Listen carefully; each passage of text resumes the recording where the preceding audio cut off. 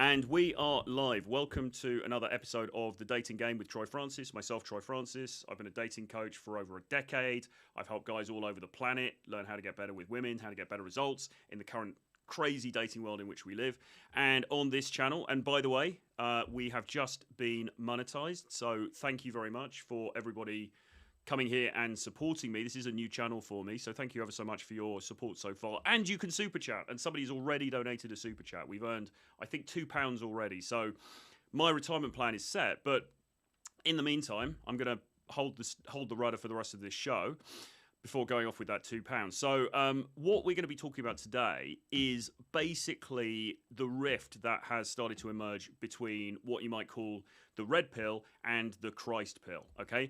And we're going to be getting into some of the details, and we'll show you some examples of this as we go through. But basically what's happened is on Twitter over the last few days, we've seen a kind of beef start to emerge, or actually emerge and get quite heated between a guy called Sovereign Bra, whose real name is Chase. We'll introduce him in a second to you if you don't know who he is. Myron Gaines of Fresh and Fit. Pearl, who, by the way, may be joining us later, so hold on to your hats for that. She may be coming into the studio. And so they've been sort of beefing about the, red pill ideas versus what Chase has now called the Christ pill, which is obviously looking at the dating and sexual marketplace, but through the prism of Christianity. And unsurprisingly, perhaps, Chase has got some issues with the way that the red pill, as he sees it, kind of puts this stuff together and examines this stuff. And specifically, actually, with not so much the conclusions that the red pill draws about the difference between the sexes and modern dating and modern relationships, but his real beef seems to be more with what they suggest to do about it, okay? What is the solution? You know, what is the cure that the red pill suggests? And he's got a real big problem with that, which we're going to get into and discuss. Who's right? Who's wrong? Who knows? So let's get into it. Well, obviously I'm right, but you know, for the purposes of this, let's get into the discussion. So I'm now going to bring on my friend and colleague, Glenn Lawrence. Here we go. Mr. Glenn Lawrence, how are you doing, sir? Doing good, man. How you doing? Very good, man. Very good. So Glenn is joining us for this stream. As I say, Pearl should be with us a little bit later in the studio here, and we may be having another guest as well, but we'll see when he comes along. But anyway, so Glenn, obviously I met you this year in Vegas. We've worked together for probably like over a year now on Rule Zero and so on. But just for the purposes of this, for the audience, did you want to just sort of introduce yourself and just say a bit about who you are and what your take on this stuff is? You guys, so hello, my name is Glenn Lawrence. I am probably the new Del Rock. That's what I've been coined. I've been coined the new Del Rock. I'm a Christian guy, a former youth pastor in the red pill space. I'm on Rule Zero. Besides that, I've been known for bodybuilding competitions. I've been known for acting and working in Hollywood and working in production. Yeah. So I come from a very vast and very cultured background. You know, when I say that, I mean, I've been in a little bit of everything. I have friends everywhere. I've been pretty much part of almost everything that you could think of to a degree. No, good stuff. So, yeah, it's me. Good stuff. And you're uniquely positioned to comment on this because you were a pastor, right? And you are a Christian, and obviously, aside from that, carry on. Sorry. So I was a youth pastor. I went to school for religion. I got a degree in theology. So I went through the whole seminary process, all that good stuff. So I do have some expertise here. I do have a background in this. I used to, preach on Sundays when I had to fill in for the head pastor. So I mean, I got some understanding here. Yeah, indeed. No, good stuff, man. So look, what we should probably do is let's kind of introduce this guy Chase first. Now, Chase is a young American dude. He's about 27 or something like that, maybe 26, 27, at that sort of age. And I think it's fair to say that he first came to prominence really by going on the Whatever podcast, or certainly that was when I first became aware of him anyway. Well, yeah, he was building his following before that, but that was, seemed to blow him up, right? Yeah, that's where he kind of got his notoriety, was through Whatever. So what we could do, and forgive me, I'm just going to take you off screen for 1 second here. What we could do is have a look at a video that he was on, and we were talking about this last night, and I was saying a really interesting collection of people here, because you've got this Chase dude, but then you've also got Destiny and Melina when they were still together, and John Modern Life Dating, which is just this really kind of interesting collision of different sort of personalities. But anyway, let's just have a little bit of a look at this. We may not dwell on this too much, but this will just give a little bit of context into the kind of stuff that Chase was talking about on whatever. This was summer last year, okay? To people, and then stopping and like disciplining yourself and to not keep doing it. Like, what does the days look like after that? Like when you... So that's Melina, obviously now the estranged former wife of Destiny. And what I think they're going to be talking about here is the fact that Chase is a born-again virgin. So he's basically, or at least, I don't know if that's exactly the terminology, but what is this born-again virgin? Well, what is a born-again virgin? Well, he's certainly he chose to become celibate. So let's just see what he says. Makes it. I'm really curious. You also said what is your mental experience of that? Chase, I'm very you said curious. that you were in a relationship. How did it affect your relationship? I mean, I'll go there. I realized like halfway through the relationship, I knew for a fact that I wasn't going to marry this girl. And by continuing to have sex with her, I knew that I was like damaging her long term. And I knew that in all likelihood, we would leave the relationship and she probably would remember me for the rest of her life. And that might come up for her. It's quite funny at that point because you can't see it because I put us in front. But look at John MLD's face when he says the bit about, oh, she'll probably remember me for the, oh, damn, sorry. Yeah, look at his eyes. It's really, John's like, whoa.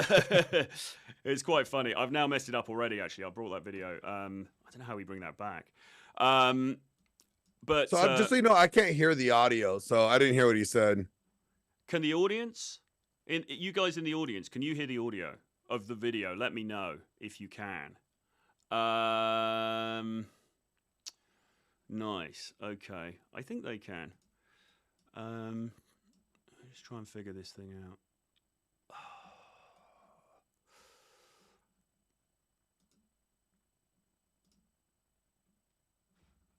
I mean, we could continue if you want to continue. I'm just trying to listen to it through it picking up through your microphone. That's all.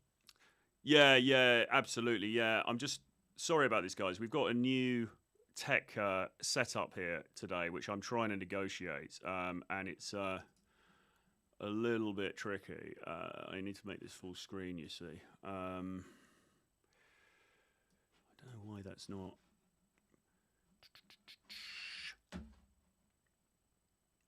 Yeah, sorry about this, dude, guys. Bear with me. Okay. Right. Yeah, sorry about that. Guys, please bear with me this episode because, as I say, we've got a new tech setup. We're trying to do a couple of different things here, and it's also potentially it's going to be quite a big panel because we've got Glenn, Pearl may be coming in, and then we may also have this other guest. So a few different things going on. But let's, I mean, we probably don't need to see a lot more of that video, really. I mean, basically, that was him on whatever podcast. That was back in around June last year. And you can see he's espousing this very Christian, traditional Christian sort of outlook of all sex before marriage is bad, you shouldn't do it. And he's now made that decision himself. Or, well, we'll learn more about this later, but he's made the decision for himself that he's not going to sleep with anybody, even if it's his girlfriend, if they're not married. But he ends up sleeping with his girlfriend anyways. Well, he does. Spoiler alert, guys. Spoiler alert. He does end up sleeping with his girlfriend. Glenn's given the game away already. It's like The Usual Suspects. You know, like you're watching The Usual Suspects, and then somebody's like, no, that's Kaiser Sose.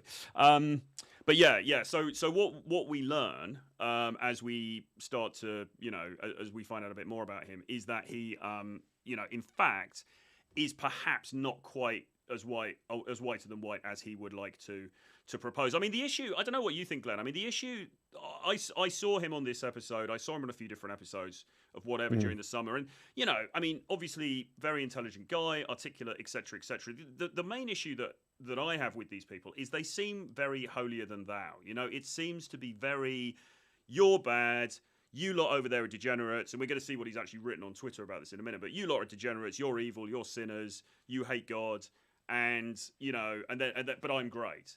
And then of course we find out the reality of the situation, and we're joined by... Now it's a party. Now it's a party. Now we're joined by a very, very special guest. Pearl, how are you? I'm good. How are you? Very good. Welcome to my studio. Hope you like it. Yeah, it's a nice one. It's a nice one. It's just something I put together, you know. It's like, how nice of you to let me on. well, you know, I like to be generous. You know? You gotta throw the bone to the women. So, every once in a while, right? Okay. As I said, this is a slightly...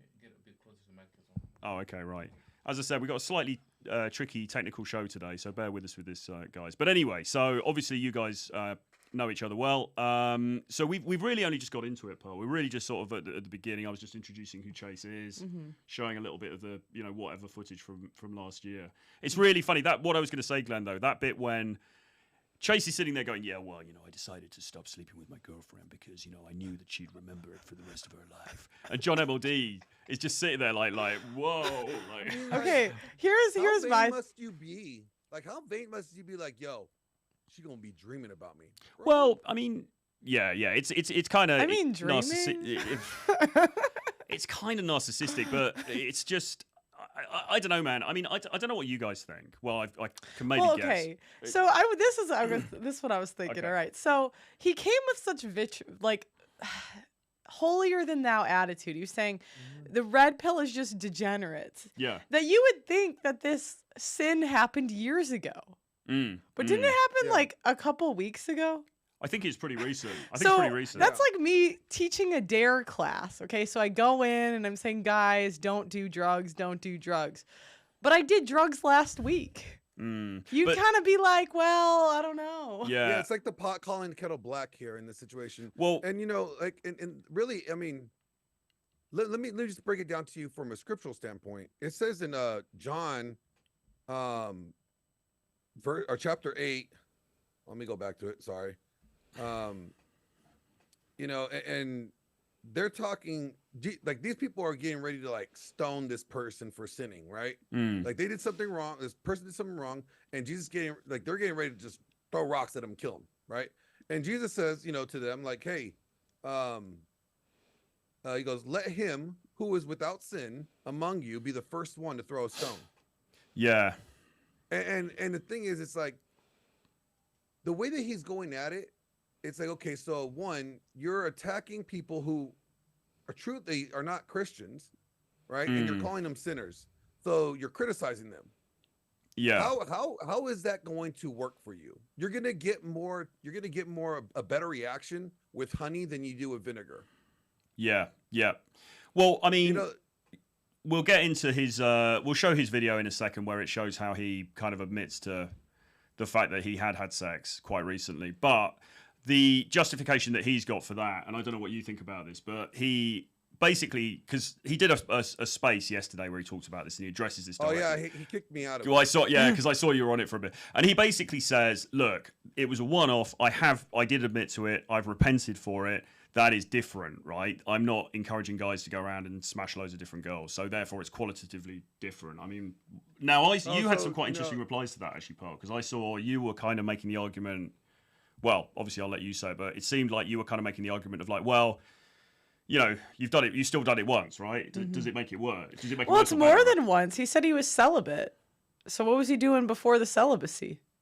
He didn't say he was a virgin, so it's more than once. I think this is the board again virgin So I'm bit. just like, okay, now he's like, well, I only screwed eight girls, not 25, you devil evil red pillars. I'm like, well, See, that's exactly I my mean, argument against him. What? That was exactly my argument against him when he was going after Myron. It's like, just because you've done it less times, doesn't mean you're not technically, if you want to look at it from a biblical sense, you're doing the same sin, just less often. Yeah, so from a theological standpoint, is it better? Is it like what is God's word on that, right? If you do it once, is that as bad? Really? You've still done it, right? If you do it, period, and you don't repent and turn away from it, you're still going to hell. So whether you do it one time or 1,000 times, if you don't repent and turn away from doing that, you're going to hell. So what difference does that make? That's been my strategy. Might as well just do it 1,000 times then, really. I want to try and... Sorry, I'll just take you off, Glenn, a second, because what we want to try and do is we need to have a look at some of this stuff on Twitter, really, so we can see in context what he's been talking about. Because he's done some pretty spicy tweets recently, and I found out I'm not a real Catholic. Yeah, I saw that. I'm sorry. Aw, Yeah, but I've been told I'm not a real Christian for a while now, so it's okay. I just wanted to be a real one, not a fake one. Dang If it. being a real one is being like them, I'd rather not.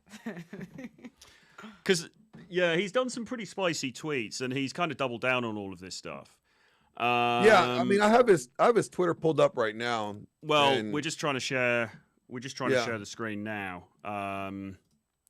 from this side, so we'll have a look at some of the stuff that he's written. And then, obviously, I guess the main sort of beef was with him and Myron, really, wasn't it? Although you were getting in there as well, and like throwing some jabs as well. But Myron actually came back today with. He killed him. Yeah. He came back with a really good response. And I got to say here, like, listen, I'm Team Myron here, really. I think Myron is right. Well, I think they're both right and wrong at the same time. Okay, that's interesting. Why do you think that? Okay, so I'm gonna pull up on my side so I can see it exactly. But Myron, basically tells them like God can't save these girls, right? Yeah. And well, no, God can save them. He could save them from eternal damnation in hell. Yeah. Okay, like their salvation, they could get to heaven if they repent. God could save them there. But that doesn't make them marriageable. Just because these women that are 304s, decide to repent and turn away from their sin, doesn't make them more marriageable. They still got a body count. They still got a past. Just because God forgave you of your sins doesn't mean I got to marry you. And that's what they're selling these chicks, and it's dishonest. Like, if you repent, you could get the life that you always wanted with the good man. No, that doesn't mean that. Well, and that shouldn't mean that. I guess that kind of leads into the whole Christian trad wife thing, doesn't it? The cake thought type thing, doesn't it? Where, because they do think that, but and you're saying they can't, but the reality is they often do it successfully, don't they? Because often what I'm saying, it doesn't mean if you do, you're automatically entitled to it, and that's the problem that they're giving them. They're making them think that their past does not still have consequences, nor that they are still going to face some form of consequences here on Earth over it. Well, we're just trying to bring up some of the tweets here, but I mean, basically, what the crux of the argument seemed to me that on the one hand, you had Chase is basically saying, look, society's fucked, modern dating is fucked, modern women are whatever they are, but we can fix it. And the thing that's going to fix it is Christianity. And if everyone turns to Christianity or the Christ pill, it's going to fix it, and then things are going to be good going forward. And what Myron's saying is, no, you've got to be realistic. The genie's out the bottle now. These girls aren't going to stop doing OnlyFans. They're not going to stop being on Instagram. They're not going to stop going on yachts in Miami or whatever it is, right? They're going to carry on doing that stuff. So So who's right there? Because I don't want to be a doomer here, but I guess I kind of am. I kind of think Myron's right. But no, give them a Bible. Well, here's the thing. OnlyFans chicks a Bible. They'll just take the God pill. It'll happen. Here's the thing: when Jesus was walking this earth, people were still sinning. Christ was here. People still rejected him. Yeah. So it's like, what do you think you're gonna do? You think you're gonna evangelize the whole world? Okay, that'll be great. I'm all for you. I'm all for it. Let's do it. But do you really think that people are still not gonna sin? Christians sin every day. Yeah. Christians, 40% of pastors have admitted to either having an affair or having an emotional affair or lying on a survey about that. So it's like even the most devoted fall short. Even the most devoted and the most holiest screw up. So it's very naive to think that if you just spread the Christianity to the world, all of a sudden people are going to get it. And then you got to ask yourself, well, what version of Christianity? Well, are you going to be spreading this evangelical, egalitarian version of Christianity that has literally cucked every man in the church for the last 40 plus years? Well, there's that argument. Yeah, there's that argument as well, because obviously then you've got the issue which you brought up about the way the church is currently now anyway. And actually, to be fair to Chase, he does actually acknowledge that the red pill is right about that. He would say, right, we got some stuff up now. Okay, wow. Corner bigger, bless him. But he did, he sounded like more like a simp on his little spaces last night than this patriarchal Christian man. Because I'm all for biblical patriarchy. Right. But this guy seemed more like a cuck than anything last night. Well, I mean, I think he's trying to present. So this is his Twitter here, so we can have a look at some of this stuff. But I think he's trying to present a more muscular form of Christianity, isn't he? He's going out there saying, "Hey, I'm a Chad." So I'm gonna, I'm a Chad. So he's LARPing. So he's trying to be the, and I kind of commend him for that in a way. I can see what he's doing, but the thing is, I just don't think it's going to reach enough scale. But what do you think, Paul? Because you've been accused of not being, you're Catholic, and you've been accused of I know. I need to. I get. Well, they always do bring up the stat like couples that pray every day. Like they don't get divorced. And every time I think, I'm like, every day you're going to sell most of the population that like they have to pray every day to not get divorced. I mean, good luck, just tough sell. That's my thing. I think Myron makes content for the average man. I don't think most men are that religious nowadays. But I don't think that's common. But I don't think there's like a surplus of wives either. No, that are dying. What do we choose when we have the most choice at 22? Yeah. But would you say? But playing devil's advocate, would you say? But we should be more Christian, and we should be pushing to get back towards that. Well, I don't think like my morality has anything to do with like the outcomes. No, I mean, like I would say it probably is better that way, but I don't see any indication it's going to go that way. Yeah. So it's like the way I feel about it, I don't think really matters. Yeah, no, I would agree. I suppose what his argument is like, well, yeah, but if we all band together and we all make this Christian, Good luck. Yeah. Well, he's done some bangers of some tweets over the past few days. So let's go back and have a look at some of this. When there's some evidence indicating that things are going that way, or that the court system's changing, or that women don't file for divorce and take your kid, maybe we could go back, but it's like I just can't see it happening. And look, people would say, well, you're a degenerate anyway, and also degenerate. And they're right. They'd say you're a degenerate, and also you're like a doomer, and stop being a whore doomer. Well, exactly. Yeah, I'm like, well, why? We might enjoy the decline. But so this was, I think, the thing that kicked it off. So he said, red pill influencers, women with high body counts are bad. Also, red pill influencers, go get laid as much as possible, sleep around with a bunch of women, spin plates, and avoid marriage because it's all a scam. It's degenerate, hypocritical, and heavily contributes to the brokenness of our world. Take the Christ pill instead. So that was what kicked it off, and then we got this video here. I don't know. Can you hear the volume? I personally speak out against male promiscuity. No, but trust me, I've worst seen problems this one in our world is promiscuity in general. So this is. I don't support dudes like sleeping with a ton of women. A lot of guys are like, if a guy has a high body count, dudes will be like, dude, nice. I think it's degenerate. It's still like a hot girl, go for it. Yeah, I think it's degenerate, personally. It's like contributing to the problem with exactly. A lot of influencers that are like, yeah, women with high body counts are bad, but also you as a man should go get laid as much as humanly possible. It's like, bro, you're literally advocating for men to contribute to the problem that you're calling out. I personally speak out against male promiscuity. I have never heard a red pill influencer say that men should screw fat chicks. Okay, so they have at least said. I don't even say that. I mean, they don't say to have sex as much as humanly possible. They say to have sex as much as humanly possible with hot women. Exactly, and that's a really important. That is a really fucking important distinction. They never say to go for mind the you, fat. I would say this. Like I tell people to be shallow. I tell guys all the time. Like, hey, not every chick is worth your dick. So be very. Well, that's certainly true. So then Myron claps back, and he's like, "Jesus can't save these hoes, and neither."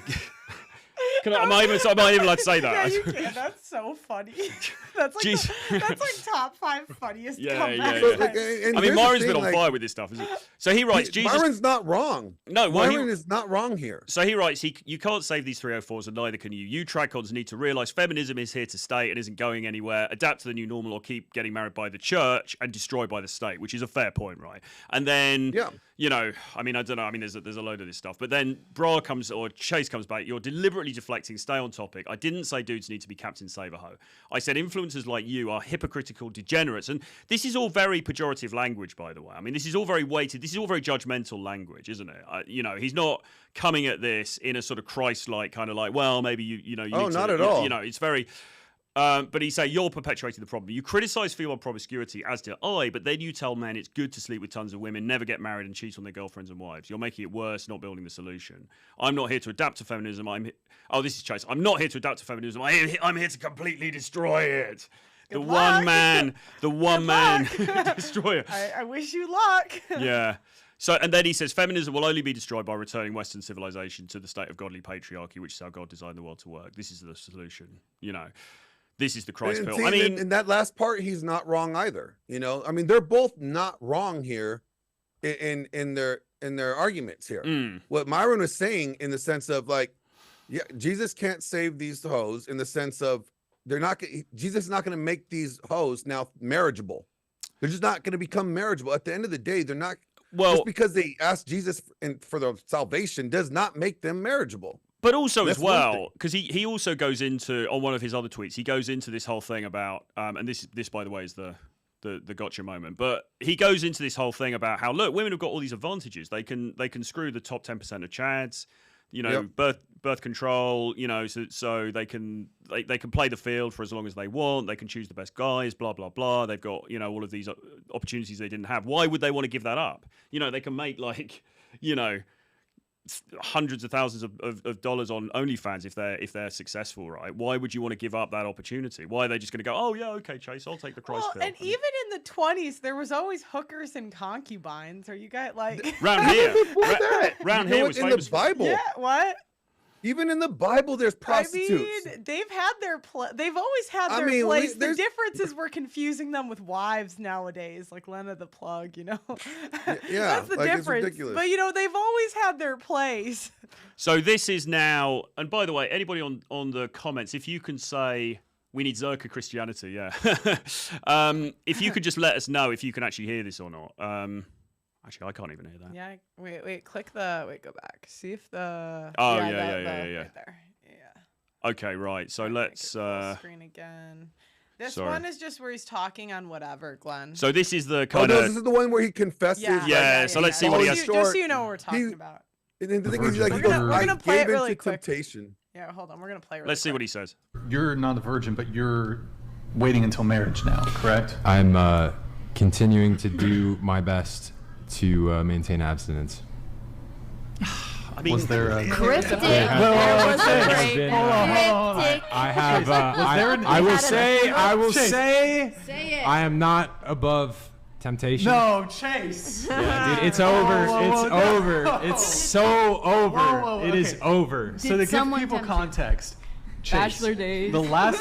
My understanding, the last time you were on, or in previous shows you were on, you had been celibate for 2 years, 2.5 years? 3 years. 3 years. No longer. Chase, are you saying that you broke your celibacy? Chase? I fell into temptation, bro. Chase. Oh my god. I mean, I wonder what he's not admitting to, though. Well, are you suspicious at all? I mean, look, I bet you half the chicks on this table wanted a piece of the action afterwards. I mean, my question is, how does one fall into pussy? That's the thing. It was a conscious decision that he made, and he's like, "Oh, I fell into temptation." No, you didn't. You willingly chose to get into that punani. Let's get it straight. Like you chose that shit. You're like, you know what? You had the angel and the demon over here, and he was like, "No, don't do it." And he's like, "Smash that bitch." Let's be honest here. Don't say you fell into it. She didn't poison you. She didn't hypnotize you. You dropped your drawers and you went knee deep in it and you felt bad afterwards. Just be honest. Well, I don't know if he did feel bad though, because he's now after the event, he's trying to say, well, I owned it and I admitted it and I repent and everything. But it seems like they kind of had to drag it out of him on this a little bit, didn't it? I mean, he was tempted. Yeah, he didn't come out forthcoming, and I wouldn't either. Jason, I wouldn't want to feel just straight out owning my stuff. You repent. You think you're the only one? I knew I'd have to own this coming on today. Let's just hear that bit because he's just sort of like your celibacy, man. Chase, I fell into temptation, bro. Chase, oh my goodness, he was tempted. I mean, even that, it's not exactly a full and frank confession, is it? It's not exactly. It's like, hey, listen, guys, look, I've got to say, what happened was I did end up sleeping with somebody. It's completely against my principles. It was a one-off. I deeply, it's all very sort of like, oh well, I kind of fell into temptation, and he's being very kind of raising the eyebrows. And your language kind of admits, because in the beginning he didn't say I'm never doing it again. He said I'm doing my best to not fall into temptation. Yeah. How do you fall into pussy? I just don't get it. Is that Amy Dangerfield? Yeah. I have never in my life fell into it. I mean, and I've had a lot.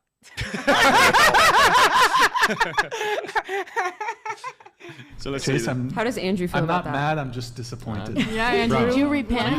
You think you're the only one, bro? I knew I would have to own this coming on today.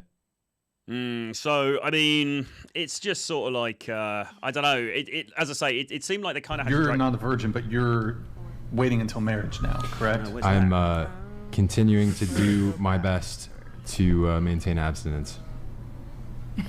Was there a Cryptic. I have. I will say. I am not above temptation. No, Chase. Yeah, dude, it's over. It's over. It's so over. It is over. So to give Someone people down there context, Chase, Bachelor days. my understanding, the last time you were Sorry on, about this, or guys. in At least you get to hear previous it shows you were twice. on, you Where's have it been streaming celibate at? for 2 years, 2.5 years, 3 years. 3 years. No longer. Chase, are you saying that you you broke your celibacy? Chase, I fell into temptation, bro. Chase, Oh You need to my get in church. goodness. he was tempted. Chase, How does Andrew feel I'm about not that? mad. I'm just disappointed. Yeah, Andrew, Bro. did you repent? You think you're the only one? Can you still hear me, Glenn? I can't figure out where the audio is playing out of. It's out of. Yeah, but it's we don't know where it's at. Seems to have stopped now. Anyway, can you hear us, Glenn? Yeah, I can. Can you hear me? Yeah. Very loud and clear, man. So, All right, good. So it didn't seem like a full and frank confession. You're not a virgin. God for that, Jesus. Hear his confession like another 15 times. So his argument, I think, is, look, I did it. Yes, I fell into temptation, but I owned it, and I've repented, and I've redeemed myself. And I suppose he would say what you degenerates are doing, like meaning maybe the Fresh and Fit guys and other channels and stuff, is you're encouraging people to go out and be degenerate when I'm actually not. It was just a momentary slip. So is that fair enough? Well, yeah, but how do you do it more than once? That's my thing. Like, okay, no, because imagine. You go to court, right? You're in court. Yeah. And you said, Your Honor, it was just a one-time thing. I am never doing it again. And the judge is like, you did it last week. And then you're like, well, no, but it was just a one-time thing. And then he's like, well, you did it 3 years ago. Well, it was different. I had my hat on last time, so The best predictor of future behavior is past behavior. I mean, I don't think this should be controversial to say. I mean, he'll probably do it again. I don't care. Like, it's not really my business, but it's pretty strong language to say that Myron is so evil red pillars when you're doing the same thing. That's my opinion. Well, I mean, I'll say this, like being like the one of the Christian guys in the space, I agree with a lot of what the red pill gives as description problems, right? The descriptions are great. It's the prescriptions that conflict with the Christian worldview, So you think he's right about that? Because that's what he says, isn't it? Yeah. And I've talked to Ruslan. Me and Ruslan have talked about this. And, we and him and I disagree on certain things. But from a Christian worldview, I cannot, tell guys, take all the tools that are in the red pill. Because that would encourage them to engage in behavior that may cost them their salvation. And I'm not comfortable doing that. Now, what I do tell them is like, hey, there are some great things in there. There's some great tools that you could utilize.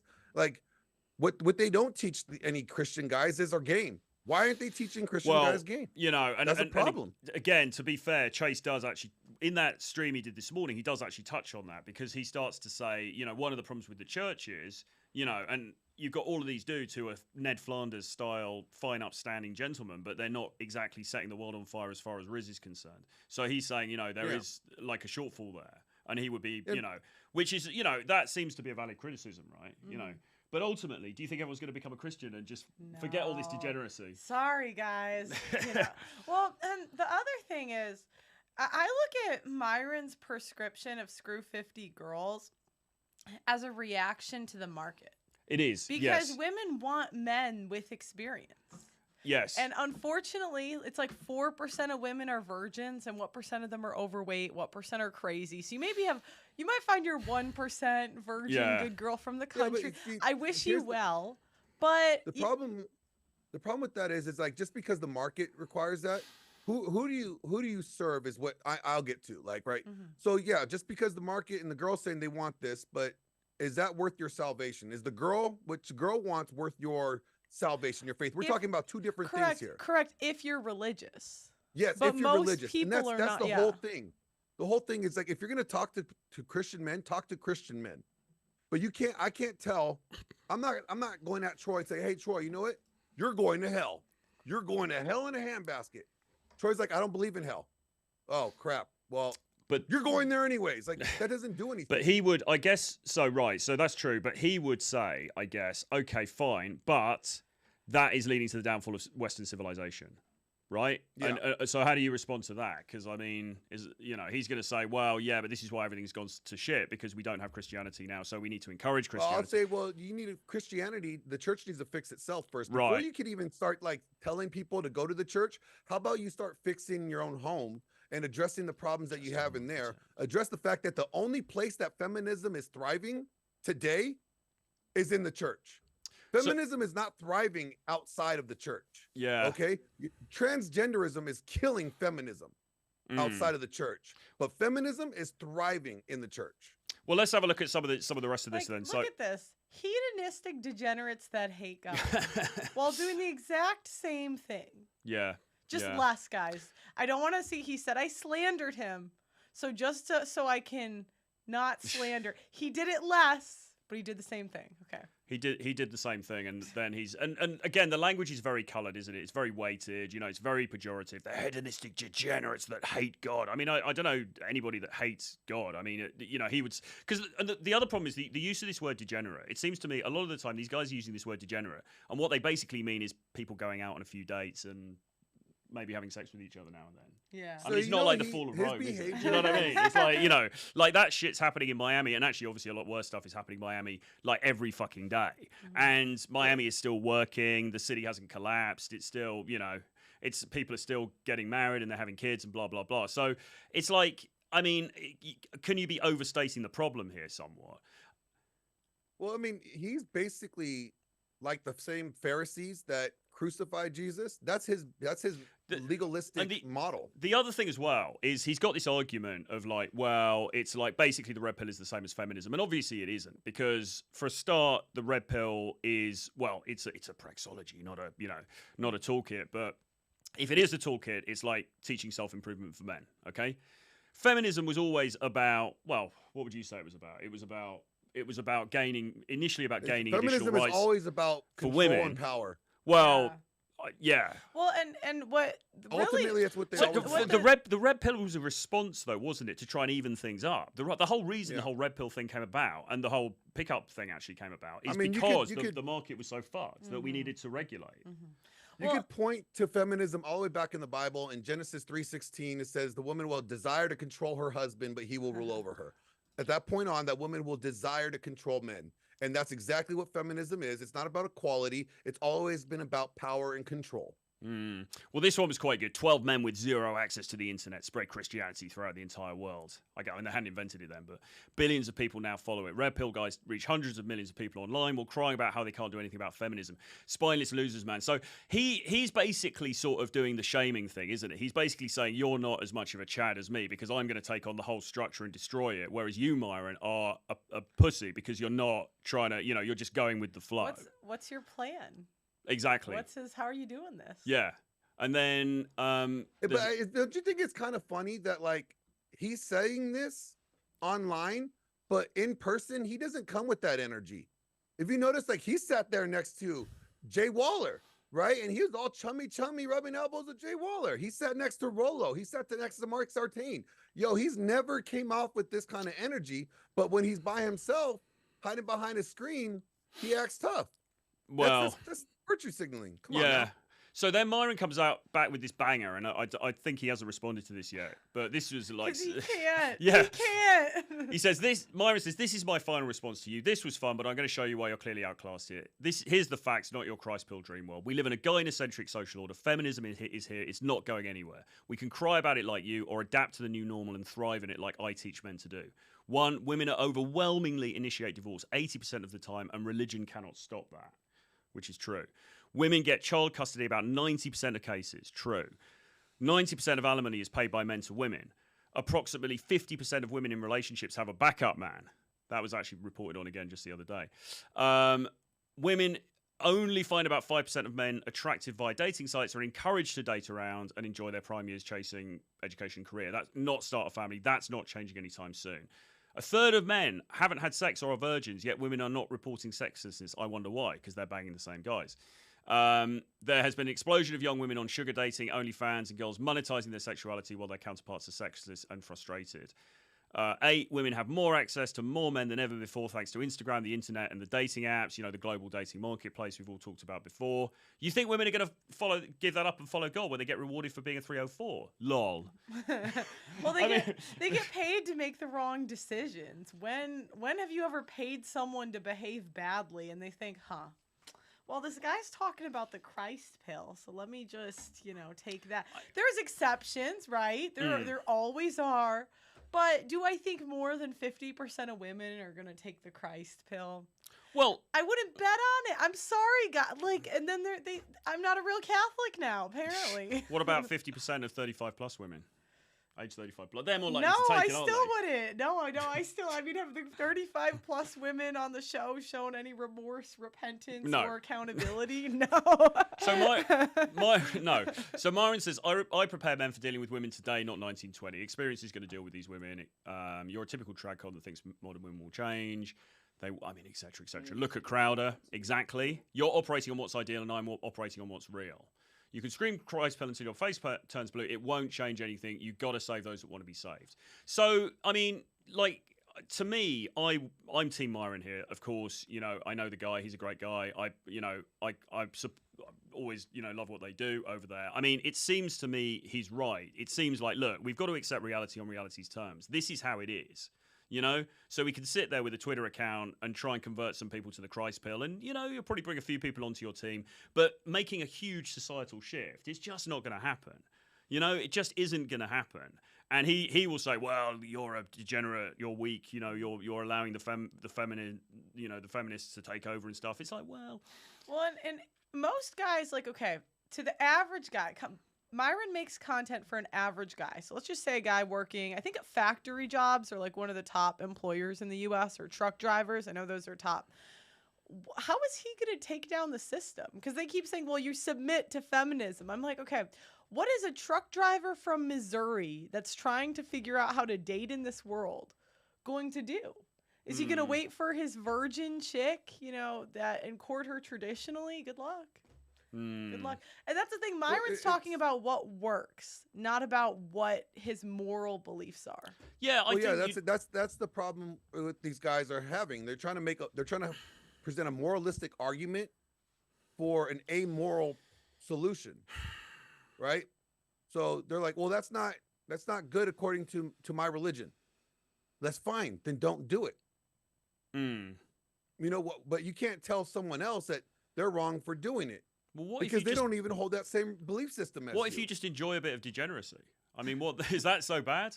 Because they're talking about, I don't think Myron. So Myron has this thing, and he says, men should sleep, and you refer to this, men should sleep with maybe up to 50 women before they look at anything serious. And like you said, the reason he's saying that is really largely so that men can understand female nature, and also as well. I would say you need some experience. I don't know if 50 is the right number. I don't know if it's 20 or 10 or whatever, but you need some experience as well in order to be able to select the right woman. Because the first girlfriend that I actually got, she was a fucking. It would have been if anything had happened, start with it would have been a complete disaster. Do you know what I mean? Because I had zero idea what I was doing. No, see, and I could say that from like just being a man. You know what? Yeah, that's logical. That sounds like a good idea. You want to have some experience driving a car before you go buy your own car and wreck, right? Yeah. You want to have some behind the wheel practice.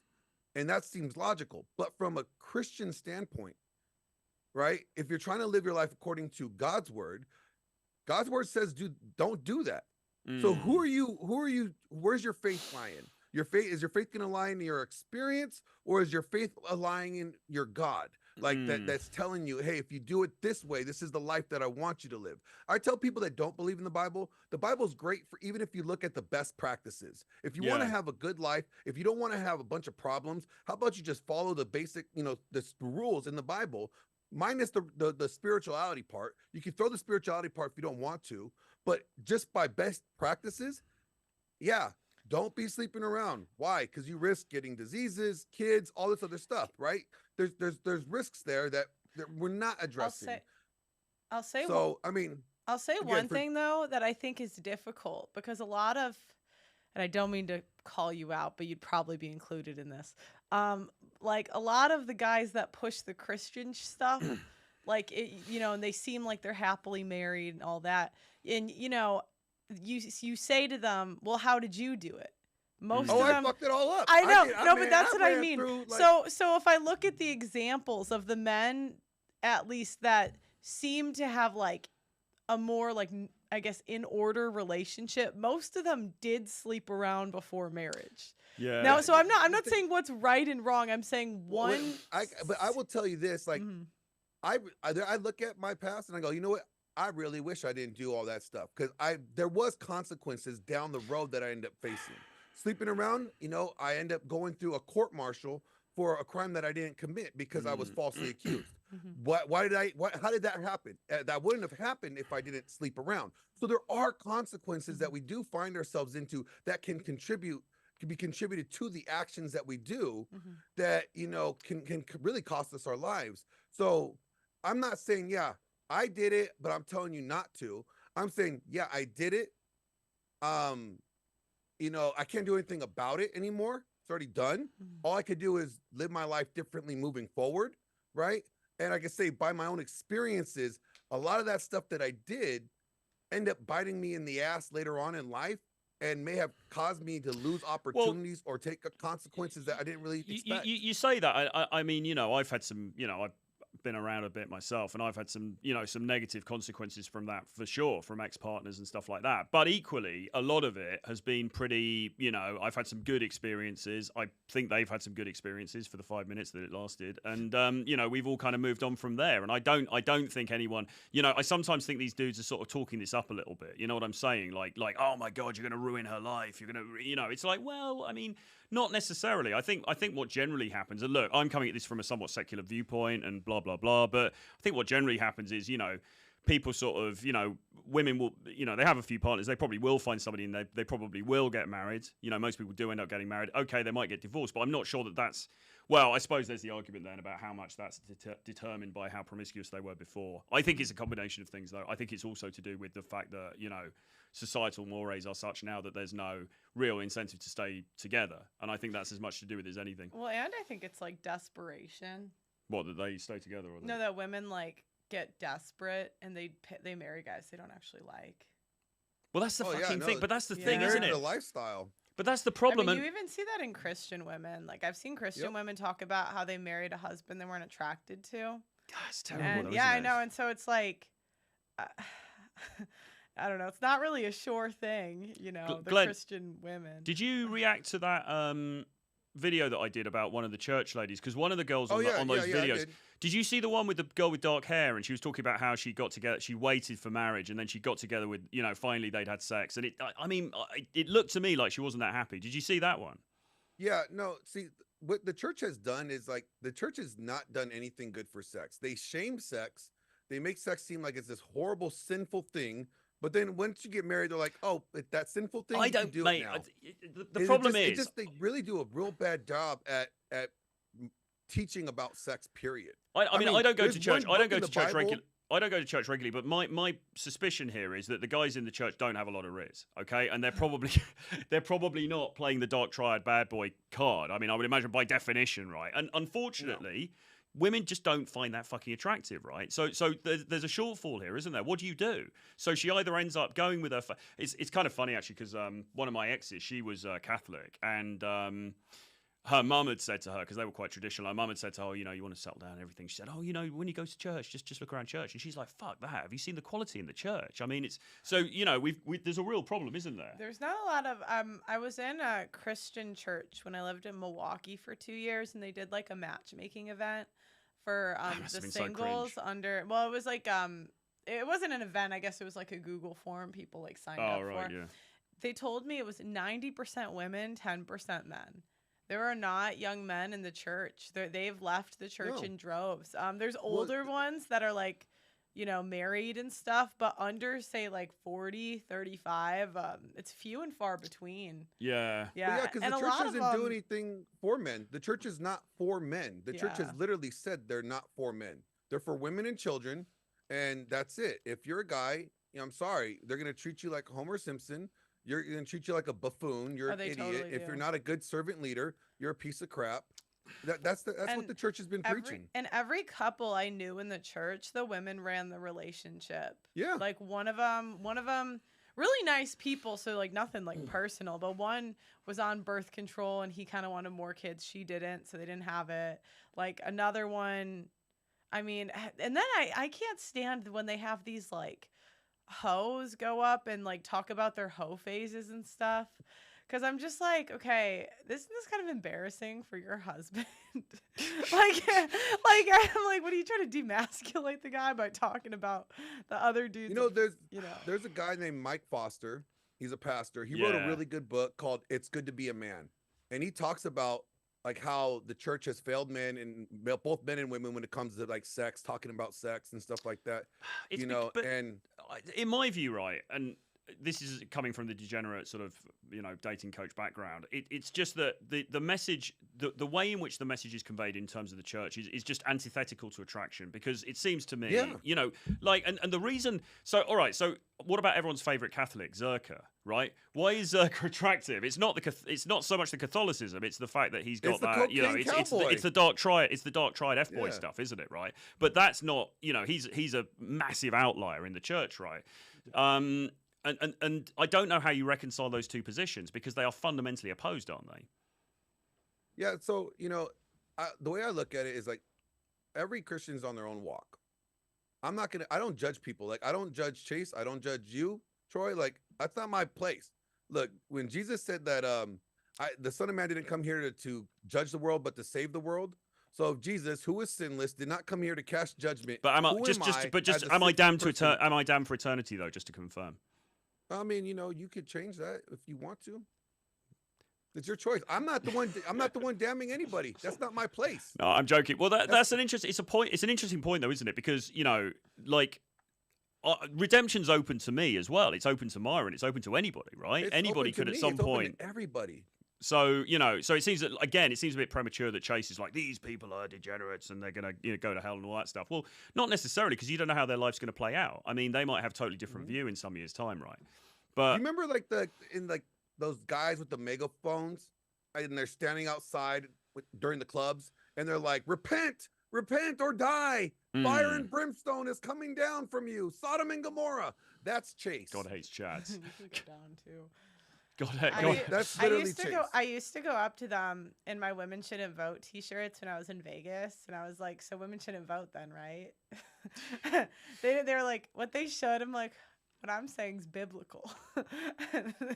But they didn't think so. But the thing is, right? So the answer to the you know, women love bad boys. They love these certain sexual kind of cues, whatever, and maybe they don't fancy the Christian guys as much. So what people like Chase want is just a complete reversion to, he talks about Christian patriarchy, doesn't he? So it's like, and basically what it means is biblical patriarchy. What it means is basically forcing women's hand. So saying, well, you can't have those hot guys anymore. You got to have Ned Flanders over here. Biblical patriarchy is not like you have to marry the Ned Flanders. You know. No, but he did say that. But that's how he said. He was like, the women, you guys need to stop dating the bad boys. You need to like date The way he's You're not going to guilt women into getting with the know. guys. And that, But- well, then you're never going to gonna get work. women dating men or marrying men they're not attracted to, and that doesn't help anybody. But the only way that would ever happen would be just a complete political, like, that you'd have to just completely overhaul the entire Well, see, that's system. what biblical patriarchy is. It's basically a Christian nation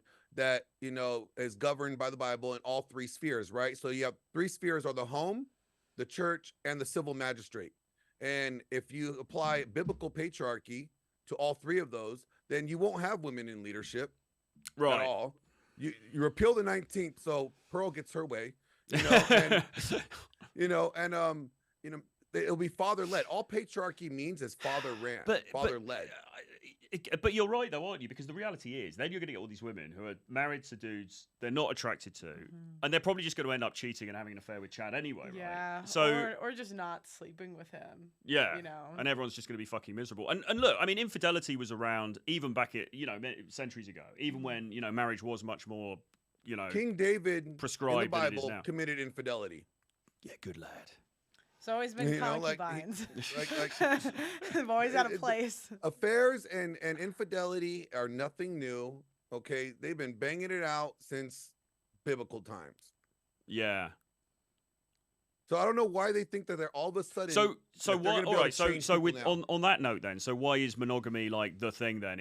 Because there are a load of examples in the Bible, aren't there, of these dudes Well, who? I can say this: like here's the Christian argument. In the beginning, in Genesis, you see God made man and woman, and He said the two become one flesh. Right. So there you go. There's your marriage. Right. Father, the man will leave his father and mother and join to his wife, and the two will become one flesh. So there you go. There's your perfect design for relationships according to God's will. So that's the monogamy, right? Anything deviated from that is more of a perversion. Now, anything operating outside of its function, we know that it tends to break down. So according to God, He said, hey, if you want to have the best life, right? I recommend you do it this way. This way, my way is better for you than any other way. That's basically what it is. And we get to choose that, though. We get to choose whether we want to accept that as reality or something that we want to do or not. Yeah. But there's consequences to these choices, and people are free to make these choices. All I care about is it's like, as long as you make the choices that you are comfortable to live with, then be comfortable to face whatever consequences come with that. I'm not the person condemning anybody. I'm not saying you're going to hell. I'm saying, I can't tell you. The Bible tells you you'd be surprised who's in heaven, because some people that you think they're not going to be in heaven are going to be in heaven. Some of you people that think they're supposed to be in hell are going to be in heaven. So it's like, who am I to judge? All I'm trying to do is educate guys, help guys level up, call out the church for their nonsense and the BS of this feminism that they're masquerading around as Christianity. And Chase is more concerned about attacking non-believers instead of evangelizing to them, and then instead of dealing with the church. Like the problem. Well, I think, like I said, I think he's trying to present a sort of, muscular Christianity of like, right, I'm going to show them we're not all these Ned Flanders guys. We can be Chads, we can be aggressive, we can be testosterone fueled. Okay, and stuff, so where do you get all these guys? Which is Where fine. are you going to send all these guys? But Where are you how gonna is send it? them all to? But how is it attractive, right? How is that going to attract in the average guy who's just sort of shagging around and kind of having a good time? And then he's like, well, this guy's calling me a degenerate, and he's saying I hate God and I'm going to burn in hell. So like, where's the carrot? We've got enough of the stick. Well, Where's the carrot? even if you convince them, though, where do you send them to? Well, yeah, that's the other thing. There was a The good question majority for of Pearl. the churches are all feminists. There was a really good question for Pearl here. Pearl, would you choose a man you're not attracted to or stay single forever? Probably stay single. I just think that's like torture. I don't think that's fair to the guy. Would you want someone to like marry you like that's not attracted to you? It would just be a disaster. Yeah, wouldn't I it? just think that's not fair to the guy. I wouldn't want to be with someone that's not attracted to me. Like I don't know. That's how I feel about it. That would just be a disaster, though, wouldn't it? Over the long It's funny. term. People in the chat don't think I'm married. You guys both met my wife, so I mean, I don't gotta prove anything to those guys. Yeah. It's funny. Well, what about the argument about sex before marriage then? Because on that show that we were looking at that whatever show, right? So Destiny was there. They were, ironically with Melina. I mean, see how that turned out. But anyway, so they were, So, so I'm not sure he's the right person for, marriage advice either. Yeah. But, you know, they were going backwards and forwards. And basically Chase was saying, no, you should remain, you know, a virgin before you marry, and you guys should experience sex together for the first time. Destiny was making the point, you've got to try before you buy, basically, because you don't know if you're sexually compatible with the person before before you've actually had sex. I kind of agree with Destiny there, because I sort of feel like you don't know, right? And if you're actually going to commit to this person for, you know, decades, the rest of your life, surely it makes sense to at least know if you're physically compatible or not, because that does vary. Well, we have to understand, like, we're looking at marriage and everything from two different spheres, right? From a biblical sphere, marriage is not a contract, it's a covenant, and it's a covenant that you make with God. So there's more like weight of conviction in doing so. Today we look at marriage as more of a contract action. It's transactional, right? So when it comes to sex, just because we think that, because I would say if I wasn't a Christian, I would agree with you. I'd be like, yeah, I want to test the merchandise before I buy this. I'm not sure if I want this. What if it doesn't work right? You know, what if it's defected? I don't want this, something defected. But according to the Bible, it says, no, you abstain from marriage, you abstain from sexual immorality, and you have sex only in the confines of marriage. Yeah. So, yeah. And so it's just like, who do you, well, regardless of what we think, we have to either say, do we want to obey this, or are we going to do our own thing? Well, I think it's like more of men finding a solution. It's because it's like, you know, men were sick of wasting their time, money, and resources on women that would just stop sleeping with them after marriage. And they got together and they said, how can we tell if a woman's actually attracted to us? And they said 3 dates tops. But I mean, I've heard one, I've heard, like, you know, but they said, you know, stop spending your money, time, and resources on women that aren't sleeping with you. If she's not sleeping with you, it's with someone else. And for most women, you know, that's true. There's exceptions, but they don't make the rule. Yeah, and the other thing is as well, I mean, there is a big contingent of guys who do just want to have casual sex. And I mean, we're kind of... No. I'm sorry to break it to you, Pearl. I'm sorry to break it to you, Pearl. There's a lot of Christian guys that enjoy casual sex too. Well, okay, so here's a question, Glenn. So is it the case that maybe that Chase and maybe you as well are actually, you're advocating quite a sort of hardcore version of Christianity? Is there not a more watered down? Is there not a milder version where I could say, look, I'm going out there, maybe I'm sleeping with different people, I'm not married, but I'm not harming anybody, I'm leaving them, you know, I'm trying to give them the best experience they can have, I'm being very kind to them, etc. Couldn't that be regarded as being good in a Christian sense? I'm not advocating for anything other than, hey, this is what the Bible says. Right. You could choose to live it the way you want or not. It's not my place to tell you you're wrong. I'm just knowing how I gotta live and live my life. And I'm not telling you what you're doing is wrong. The Bible tells you it's doing wrong. I'm not saying, hey, yo, you're wrong. You're wrong. I'm not saying that. The Bible says it. And if you say I'm a Christian, then you should look at the Bible and be able to see that that's what it says too, right? I'm not judging you. Like, that's not my place. Chase is judging, and I'm not advocating for a hardcore thing. I'm just saying, hey, if you're a Christian or if you're a church, why aren't you practicing the Bible according to the way that it's written? Why are you practicing these other interpretations of it? You know, and that's the difference. Like, there's no watered down version of God. Yeah. You know, there's just not. Either we accept what it is and try to do our best to live by it, knowing that even the best of us are going to fail at it. All right. And you know, have to live with our mistakes, and that's fine. That's all I'm doing. Like, I know I'm gonna fail. You know what? I'm probably gonna sin like at least 1,000 times a day. I'm gonna cuss somebody out, and I'm gonna look at a nice piece of ass that walks by me. All right, or there's gonna be some real big old titties that are gonna catch me staring at them. I'm going to sin when I go to the gym. Like, I'm gonna look and I'm gonna see some booty, and that's it. Like, and then you're gonna be on a TikTok. You're gonna be one of those TikToks, aren't you? Look at that guy with the shades. But it's creeping like, on me. Know, what do? I repent, ask God to help me work on these areas, and I just don't do anything about it. Like, I don't act on these things. Yeah. But that's my own personal walk. I'm not here to judge you. So how do you know if sex with someone is good or bad? Could be someone else's previous experience has made someone see bad at sex in that context. Yeah, that's why I think traditional like relationships are kind of reserved for people under the age of like 22-ish. I think it's gonna be difficult after that. You know, I have friend that's 30 years old, and he's actually a Chad, dude. Like he's in Florida, and he's a virgin, Christian, by choice. Yeah.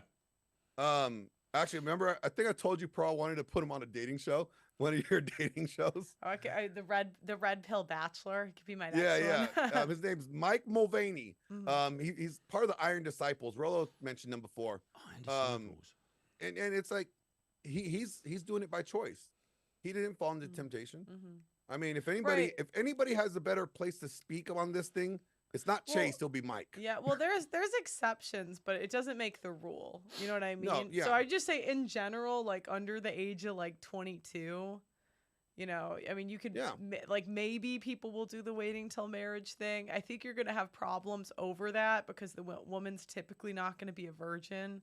I think that leads, like a lot of times with the born again stuff, you see women, you know, they marry guys they're not attracted to because, you know, it was easy for them to sleep with the last guy, but the next guy, you know, why are you able to wait? Usually it's because, you know, there's exceptions, but I don't really see like genuine burning desire in the church of women that just like listen to their husbands, obey him in all things.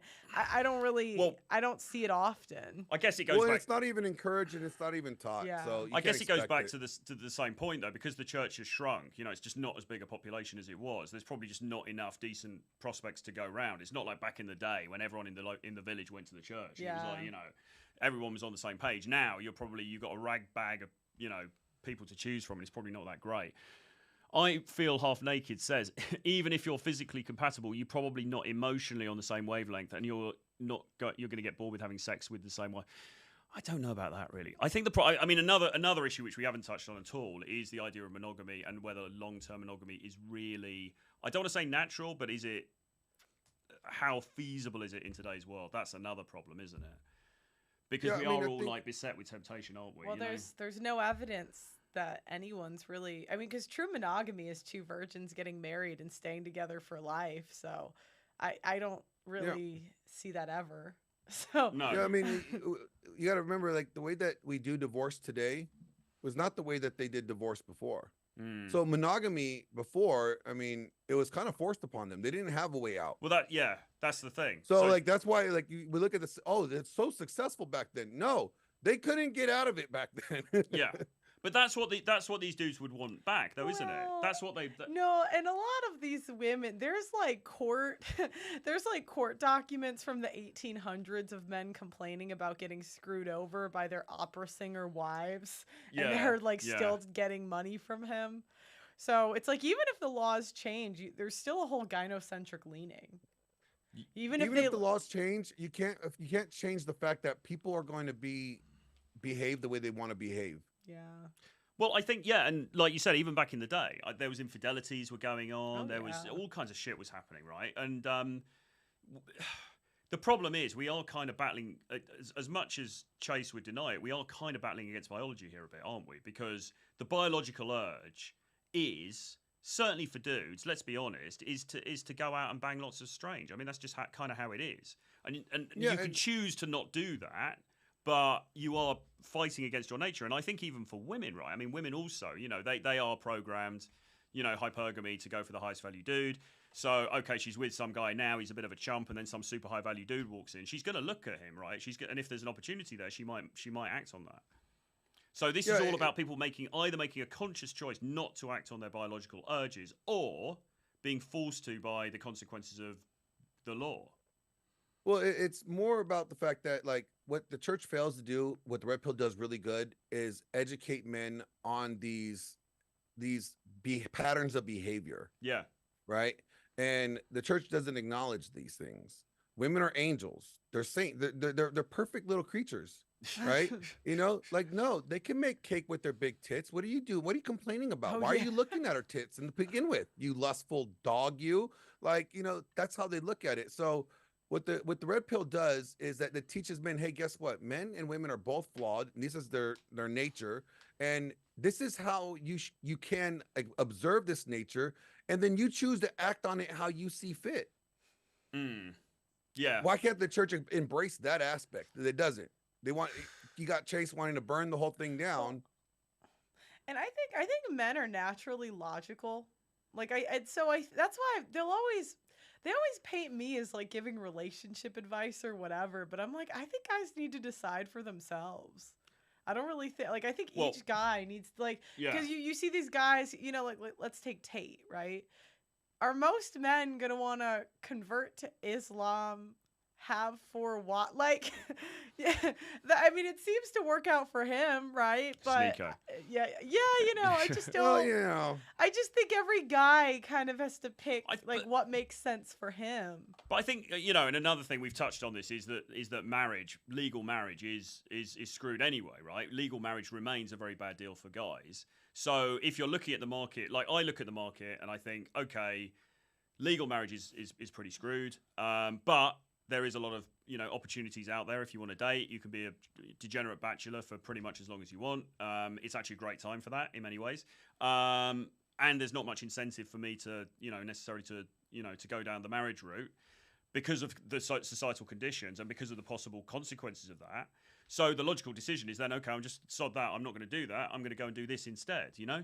So it's partly we're driven by what's happening in the culture as well, aren't we? Because especially when we can see, you know, women are being encouraged really to eat, pray, love. You know, there's all the stuff that's happening on Instagram and, you know, all that kind of shit. I mean, it's just... Well, like, I don't know why any Christian has a problem with when I say or Rolo says we don't support the way we do marriage today. Yeah. I think they just avoid that question, actually. They just hate the idea of the fact that we're saying that, hey, the way that we do marriage today is not even biblical. So you Christians out there, why are you supporting an institution being practiced in a form that's not biblical? No, marry these hoes. Yeah, go marry these single mommies. Go get them, guys. And it's so funny because I don't even care if a guy if he wants to marry a single mother and he has his reasons. Go do it. You know, I wouldn't recommend it like to a friend, but I just think every guy has got to pick for himself, you know. It is a very personal thing, really. Your relationship with God is personal. But it has nothing to do with the church. Your own choices are personal. These are personal decisions that other people are trying to talk about. Why? Because that was the other thing he said to me. He was saying that I need to tweet about God more with my platform. Who did? Yeah, but why? Who is he to tell you? Yeah, I know. That's what I was thinking. I was like, I've just always felt like that's private. I don't know. Like maybe Christians disagree with me on it. I've just always felt like that part of my life is like private. And I find it weird when people like get famous or like do one thing and then they just start to like make it part of their brand. I don't know. It feels like weird to me. I can't really explain why, but he kind of got famous on it, didn't he? Because that was what he was talking about the whole time. I think this is what I find funny is that okay, you're gonna you complain about Fresh and Fit and Access Vegas and these shows, but you capitalize on being on there. So you go on these degenerate shows, these degenerate dating shows with girls with their tits hanging out, and you're sitting across from them, and you don't seem like you're having a bad day. You know, I mean, you don't seem like you're really bothered by it at all. I mean, it's like a few Hail Marys out the back in the green room afterwards. You know, it's like. He's like, I'll try for abstinence, but not with you, baby.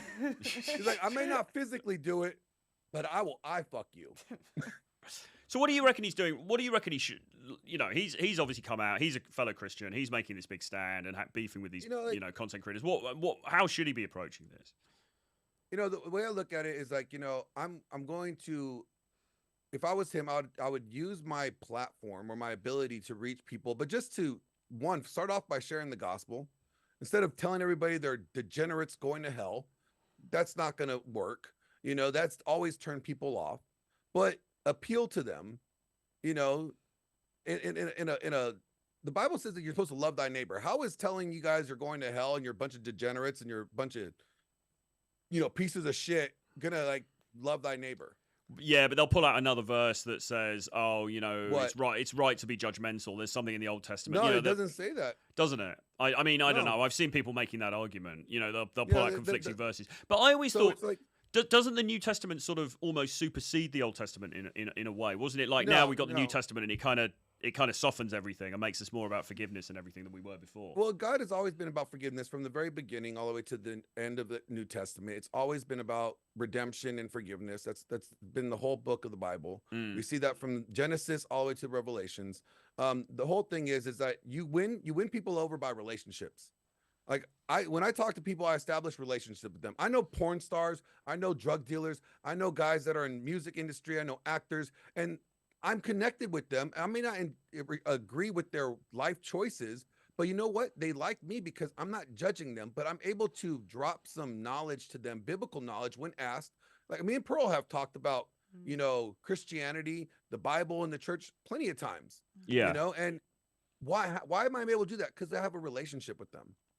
I'm not condemning them. They're all going to hell. You start with the relationship, establish a relationship, and then you're able to like really make headway there. Yeah. I mean, what about the argument that the Bible, you know, was written a very long time ago? The world is very different now. I guess that's no excuse, right? There's no get out clause there. What problems are in the world today that are not in the Bible? Sorry? There's murder, there's greed, there's jealousy, there's whores, there's gluttony. OnlyFans? I mean, what?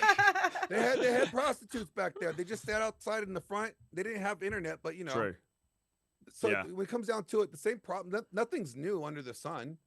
Well, yeah, you're right. You could argue, though, the modern global dating thing is kind of new because, like, before, you know, she's living in a little village and she's going to get stoned if she goes with the wrong dude, whereas now she could just, you know, go to Miami and go to Dubai or whatever, some dude on Instagram. But men and women are not different. No, they're not. They're not. But it's amplified their natural proclivities. Do you know what I mean? So now a girl who may have been more likely to be chased back in the day is now, like, thinking, well, I may as well be a 304 because I can get a load of money and go on this cool trip. But they were doing that before. Yeah. I just think it's amplified. It's just magnified. It's just magnified. It's just more in our face. Why does everyone got these? Everyone seems to got a yacht with Drake, don't they?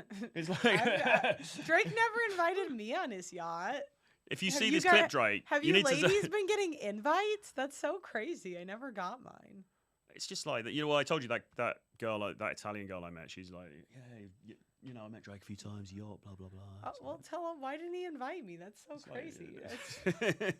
He must have a lot of parties on yachts. He's hardly got time to record any music. He's just like... Yeah, he's not been doing any music lately. Well, he's on a yacht with all these Instagram birds, isn't he? You would think that he would have a recording studio in his yacht. Maybe he does. Maybe. Yeah. You know, I think at the end of the day, when we look at it, is that, you know, you got two ideologies or two different, you know, worldviews here, and they're colliding. And instead of finding the common lanes that they agree upon and build off of that, you know, we're just causing more division. Yeah, but if you had to sort of, I don't know, man. I mean, I know what you're going to say, but I mean, if you had to put money on one or the other, it's a bit like, you know, Myron's saying, well, look, this is how things actually are. These are the risks. We're teaching guys to mitigate those. And then Chase is basically saying, look, just cross your fingers and Christ pill and it's all going to be great. Chase is telling you what it ought to be and Myron's telling you what it is. So I would think we're doing really. What the is and ought thing. We're doing what is and ought. Yeah. And that's the argument. You can't, you're not even talking the same language. Yeah. Well, this is what it is. Well, this is what it ought to be. Well, it doesn't matter, Chase, because this is what it is. You know, that doesn't make sense. So I mean, you know, being an old cynic, but I would probably, you know, I'd have to go with Myron because it's like I think Myron. Yeah, I'd see Myron because you've got to look at things as they actually are. You know, and those guys, they get criticism because they're like, oh, you're in Miami and you're surrounded, you know, it's just all these instant thoughts. But they know what's going on out there, right? They know exactly what's going on out there and they reflect that back. Hey, the Christian guys a lot of times marry an insta thought. It's just at like 28 or 29. So yeah, they just wait till she ages out. Yeah. It's like it's like almost going to like the thrift store and getting those like real you get a bargain. Like yeah, you're getting a bargain deal. You know, it's still Gucci. Even though it's been, you know, 10 years old. Just a little bit worn. Yeah. I feel naked says, or half naked. I like how rarely this conversation is. At this point, I've listened to much red pill content, but the solution is not practical to save the whole society. What, you mean the red pill solution? Who can save all of society?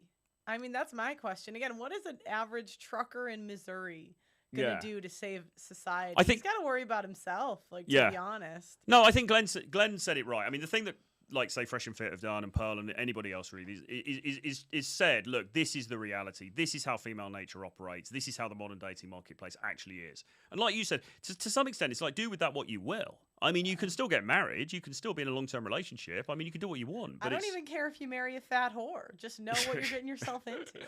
Yeah, don't be complaining about it afterwards. Yeah. Don't be mad at, don't be like, oh, this fat whore took me to the cleaners. Well, did you not listen to these guys? You rejected what the information that they're providing. Yeah, you know, I mean, guys can do what they want to do. I just say, yeah, don't complain about the consequences later. Exactly. Like I like what Rolo says about marriage. He's like, you know, hey, if guys want to get married, he's like, do it. I support it. But at least you should know what you're getting into before you do it. So you don't come back here crying to me. And it's even, I mean, almost even worse than this whole chase thing is you know, the Matt Walsh and the Shapiros and all that, which is basically, and Benny Johnson and all that. It's like, get married, just the first chick you meet, you know, it's just, it's so. Oh my gosh, I had Matt Walsh's wife tweeting at me. Isn't that crazy? She gave me like a whole paragraph. I'm like, wow, what a submissive woman. She said I'm just like an evil, hateful, single woman who's just so evil.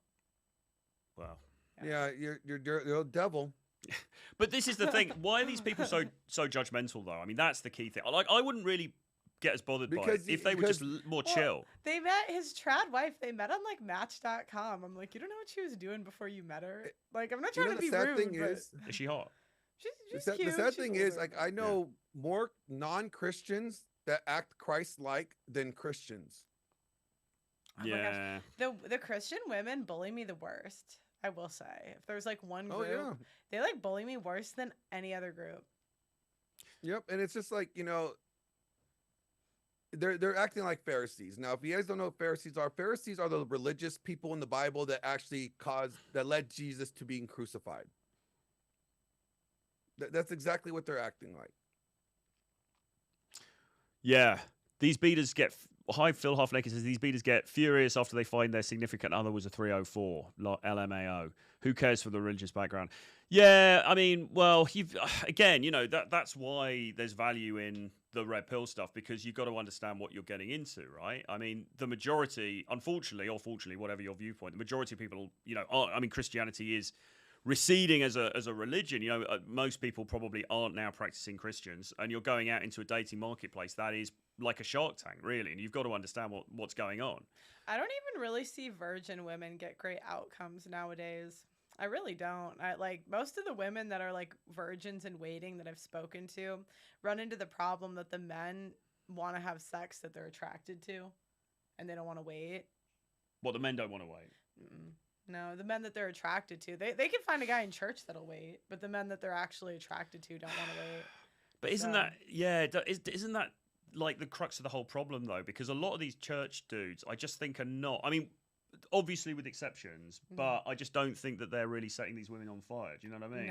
No, and you can't. And the church will say you don't need that, but that's like setting a guy. No, like that's setting up a guy up for a lifetime of like nitpick because she's not happy to be there. Yeah. So. And I think, and this is again, you know, without repeating it, but I mean, I think sex is important. I mean, I don't think sex is the only. Even I, you know, degenerate as I am, I don't think sex is quite the only thing in a relationship. You know, she can also cook as well. But you see, that's the thing. That's what a lot of she doesn't even need to cook. There's bloody Uber Eats. What are you talking about? That's what a lot of guys do. Is like, she touched my pee-pee. Oh, she's wifey. Like, that's the only standard. Yeah, but if you don't but if you don't have any experience, you do that. Because I mean, the first girl I basically, you know, when I got with, I mean, I was like, oh my god, you know, she was absolutely so many red flags. It was like a Chinese communist parade. Do you know what I mean? But I couldn't see any of it at the time because I was so naive. Yeah, but aren't those ones fun? Like, well, I screen for red flags now. The face of danger.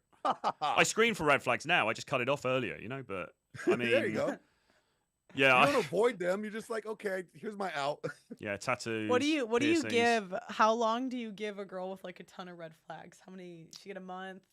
Yeah. Months, so there was a girl at the beginning of last year in London, and I was dating her, and she was really pretty actually. She was really cute, and she was, for whatever reason, she was actually quite into me, and she was in her 20s. Loads of tattoos on the hands and stuff. Very posh, but sort of, you know, very elegant. But she'd been in rehab. She had a bit of a coke issue before. She's a bit of a party girl and all this kind of stuff. But we had a good vibe. No, but she was also, it's hard to describe, but the way she looked and everything, very petite, very pretty and stuff. And she was my type. I mean, I was like, yeah, those red flags are, this is, this is doing it. But I cut it off after about 3 or 4 weeks because I was just like, it's not going to end well. Do you know what I mean? But the only reason I did that was because of experience, because I've been down that road before. Do you know what I mean? Like, if that was my first rodeo, I'd have been like, oh, let's get married, Yeah, we don't acknowledge the fact that this whole Christ pill movement, as perfect as it sounds like it will be, like for any Christian, right? It never was a thing. It wasn't a thing even in the biblical times. It's not going to be a thing now, and it's not going to be a thing later, not until the return of Christ, right? So maybe that's this Chase. whole not saying that they shouldn't strive to. It's not saying that they shouldn't strive to try to be that way. That's fine if that's what they want to do, but know that they're still not going to meet. It's not going to all happen. But my dad says to just expect nothing from people all the time, and my dad told me to expect the worst out of everyone. So if they surprise you, then you're happy. Yeah, and exactly. I feel like that's what you have to think of with this society. Is you just I would just expect the worst, and if it goes better, I'll be happy. Yeah, but I mean. And I'll do it with a smile on my face. Yeah, like positivity. Enjoy it's almost the like decline. having a covert contract. Yeah. Like, that's all it is. It's like if you expect things from people, you're having a covert contract with them. I just think any solution where the solution is basically we're going to change the entire fabric of Western society is problematic. I just don't. You know what I mean? Yeah, and then everyone in the not West is like, oh, we have it. Like all the Muslim countries and stuff. They're like, our women aren't like that. Oh, I live in an all Muslim area.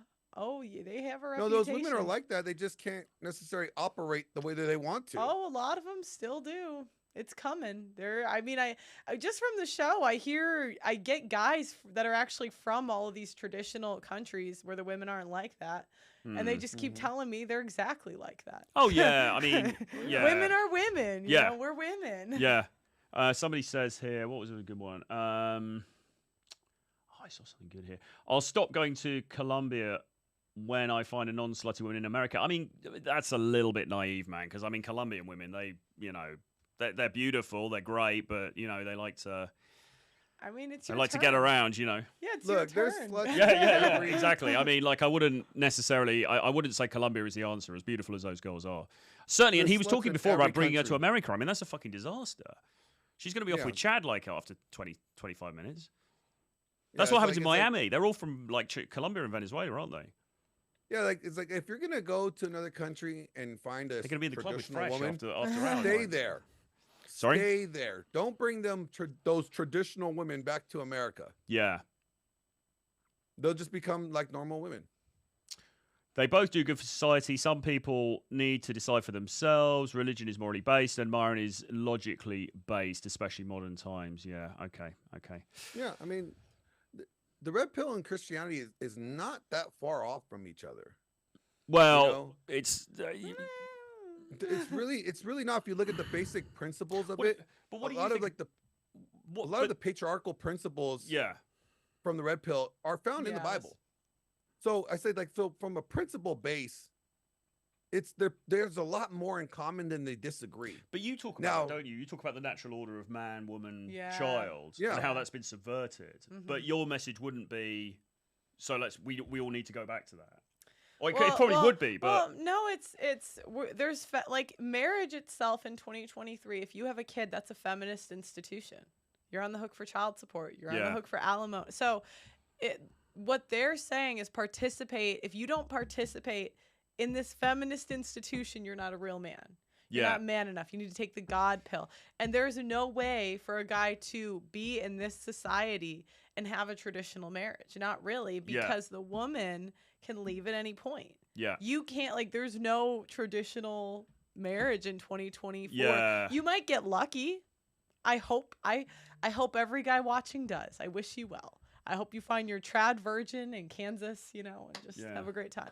I just want this idea that every guy has to get married, that's not a thing either. Well, I mean, but these guys would all hate the MGTOW guys, wouldn't they?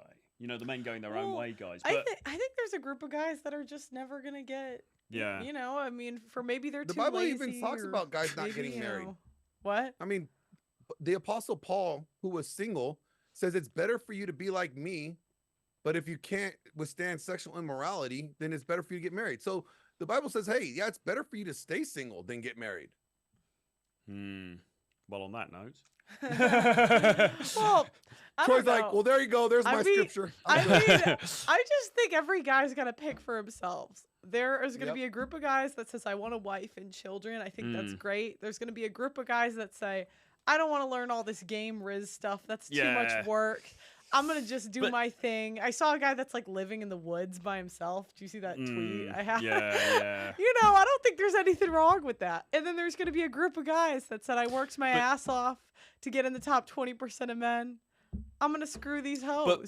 But one thing, no, absolutely. But one thing that is true is that men's rights activists have been around for like 25 years, haven't they? And trying to change structures and everything, and they've completely failed. And they're trying to do basically what Chase is trying to do, aren't they? Which is like change the system. So well, he wants to. They want to change like men's rights. I think want to change it to be more equal, so 50-50 custody. Oh, right, 50, where I think Chase wants like a theocracy or something. Right. Yeah. So I don't know. Little different, but like, I know. And that's the thing. They're like, just start a men's lobbying group. I'm like, good luck. I've talked to some of these guys. Good luck. Have fun. The thing is, like, it's not going to work. Well, men will sell themselves out. Look, a hot piece of ass tells you to vote a certain way, and the next thing you know, we got Biden. women's rights. I'm straight there. Yeah. Well, I'd get a passport. I'd get a green card and vote Biden if I had to. It's like this. Like, how did women get the right to vote? Some hot piece of ass probably tempted some senator. Like Emily Pankhurst. And you know what? He gave in, and next thing you know, we got women voting. Well, so the only way it would work is if Pearl's, dream came true, and then voting for women was banned, and then. Because at the moment, then we got it. Because at the moment, it's giving them power. You can't expect them to hand over that power back. Hey, can you give us that freedom that we gave you back, please? No, exactly. We got like 50% of the population at least, plus all the other dudes who are going to oppose it. I mean, it's never going to go through unless you form a militia coup or something, or stop all women from voting. Which is you have to take it back by force. I have an unpopular opinion that if women want to be housewives, they should pay for it. The average woman has 2 children. If you want to stay home while you raise, let's say, 5 years, I mean, if you plan right and start saving from the time you're young, the average kid is 31. You've had 10 years to save, chica. They used to have a dowry system.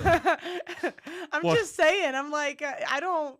Well, so she should pay to have the privilege of being a housewife. Yeah, I don't know. Why not? I mean, isn't that like a dowry system? You get as a woman, as a young woman, you out earn your male counterparts in your early 20s. You can go into sales, make more money. Yeah. Be a YouTuber, make more money. There's so many ways to monetize beauty as a chick. Without OnlyFans. It doesn't have to be sex work. I'm like, why can't women pay for if they want to be housewives? Why are they entitled to it? Because we keep voting for all these policies. We keep raising our taxes. Now you need 2 incomes, for most people.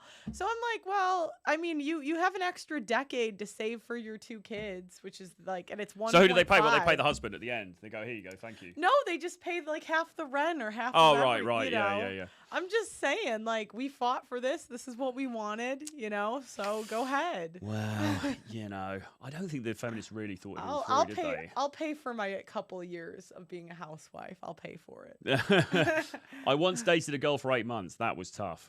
I feel for you, man. That must have been tough. I've done about 8 minutes before. How can she pay if she's not supposed to go to college or work? Pick one. That's the ratio. No, I don't say women shouldn't work. I say they shouldn't work when the kids are young. Okay, but I mean, when you're, what is up with these girls that don't want to work when you're 16, 7? If the average marriage is 30, you're not going to work for 12 years? Okay, let's say you get married at 25. You're not going to work for 7 years? Let's say you get married at 20. I mean, that's still 5. You see what I'm saying? But I'm saying that the average marriage, the average life trajectory of a woman is to get married at 30, 1 to 2 kids. They're in public school by the time they're 5, 4, I don't know, 6, whatever it is. What are you doing all day? I say go if your kids are in public school, I mean, go get a job, chica. Like, that's my opinion. Yeah. On it. I don't think children are an excuse to be lazy. And a lot of chicks give themselves all of this credit. It really irritates me. All of this credit. I'm so special, amazing, and awesome because I watch my one kid all day that's in public school. Yeah. I mean, like, if you homeschool them, that's a whole different thing. But it's one kid in public school that nannies are paid like $12 an hour for. Is it that hard? Well, most mothers don't want to be parents. What they want the Instagram moment, but they don't actually want the responsibility. Yeah, it's like you know, Matt Walsh. They're just fuck trophies. Yeah. I think that may sadly be true. Daniel Weatherman says, force won't be necessary. This is about changing society. The Christians and conservatives always have more kids. I think we'll go back gradually in a generation or two. And people are having nannies with like 2 children. I mean, we had nannies, but we had 10. Okay, that's a lot. I'm sorry, 10. but the force is always necessary. You can't take power without force. Nobody's going to surrender freedom. You have to take exactly. it by force. No, exactly. So, yeah, it's an uphill battle. No war was won by just asking for them to, give up. So, if you equate it to something like, and I don't want to, be controversial, the abolition of slavery, for example. Now, there was a lot of abolitionists actually active within the United Kingdom and also the United States before that happened. And I think people could see, broadly speaking, there was quite a large swathe of the population who could see that this was inhumane and this was the wrong thing, right? The issue that you've got with feminism is that you've got at least 50% of the population who aren't going to oppose it in any form. In fact, they're going to support it. And that number is actually going to be higher because you're also going to have a large number of, let's say all the women supported it. I mean, it wouldn't be, but let's just say they did. Then you're going to get quite a large proportion of men who are also going to support it as well. So it's just never going to go through, is it? It's just not a popular enough thing. And I mean, Chase can sit there on Twitter and bang on all day about everything, but how are you actually going to turn the dial on that, The change is not going to happen in our lifetime. The change will happen in our grandchildren's lifetime. Well, sorry then. Let's go to Vegas. Let's party. I mean, but this is the enjoy the decline argument, right? So I could say it's like, what are we? If they're fighting for things to change, they're not fighting for things to change today. They're fighting for things that change 2 generations down the road from now. So our generation, lost cause. We get. That's what it is, but we could change for tomorrow. So I'm coming to Vegas. Should we just fly out to Vegas now, and then we'll join you? We'll join you poolside, Glenn. Yeah. I mean, that'd be kind of fun. You want to go? Yeah. Should we go? I mean, let's find me a podcast in Vegas that can cover my flight. I'm cheap. Yeah. We're demonetized now. Send super chats because he's not.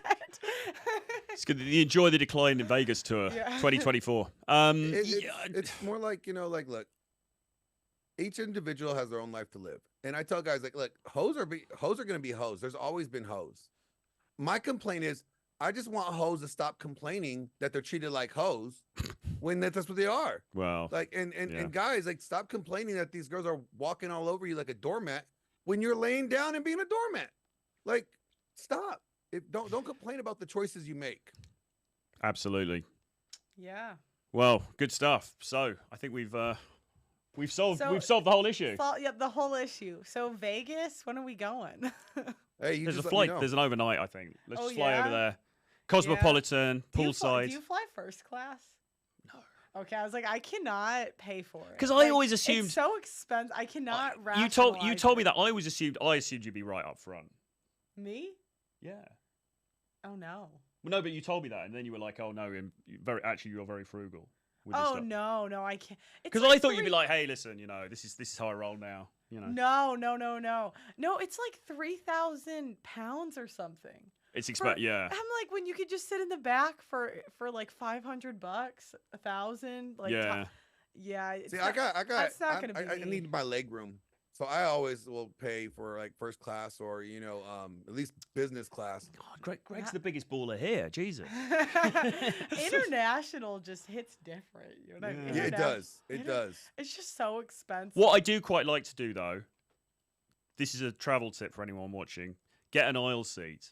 Get one of those emergency exit seats because then you got the leg room. Nice, yeah, because you got the leg room, but it's a bit more expensive, but it's not anything Did you see that door fall off though recently? What, fall off the airplane? Yeah, the emergency exit door flew off. No one was sitting there, luckily, but no one. Well, like, that would- everyone was okay. But That would be a bit of a yeah, I see these. I Like, see, oh no. I know. No. I'm getting a little nervous flying lately. I'm still gonna do it, but Well, apparently at the moment, there's been loads of, because of the storms here. There's been loads of planes that have been derailed and like sent. So imagine you're coming back to the UK, and then they've landed the plane in bloody Germany because they can't get back to the UK because of the weather. oh wow. Can you imagine? I'd probably just go for a beer in Germany. Fuck it, party. Hey, That's what. Like, what else have we got to do, man? Demonetized. The world's coming to the end. You know, Yeah. enjoy the decline. Enjoy it. Enjoy the decline and just watch everybody else bitch and complain and to live your life. And if you're a Christian, live your life the way that you feel that the Bible's telling you to live your life. If you're not a Christian, live your life and don't complain about it. At the end of the day, just make your own choices, but don't complain about the choices you make at the end. Great stuff. Well, listen, Glenn, thanks ever so much for coming on and clearing all of that up. So, did you want to tell them where they can find you and what you got coming up? Yeah, you can find me at my channel, Glenn Lawrence Presents. I'll put the link below. Oh, got to grab it. I tend to piss all the Christians off. So, you know, I piss guys off like Chase. So if you like enjoying watching that, I can help you with that. Yeah, I have a channel. I work with Rolo. I'm on Rule Zero with Troy. I'm friends with Pearl. So, you know, I'm in the mix. Very much so. Good stuff, bro.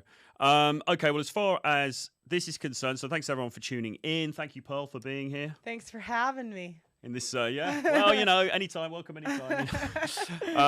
No, thank you so much for coming It's on. so nice of you letting Pearl in that studio. Well, you know, sometimes. Yeah.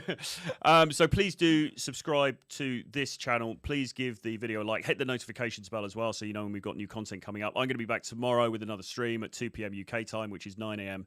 EST. That's it, really. Thanks, everyone, for the support so far. We are now monetized, so thank you ever so much for that.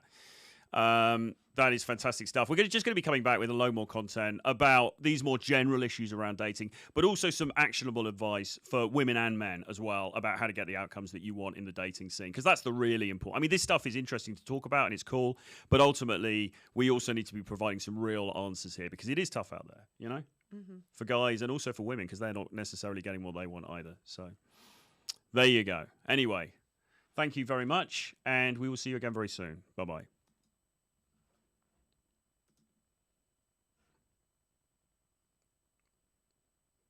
Nice.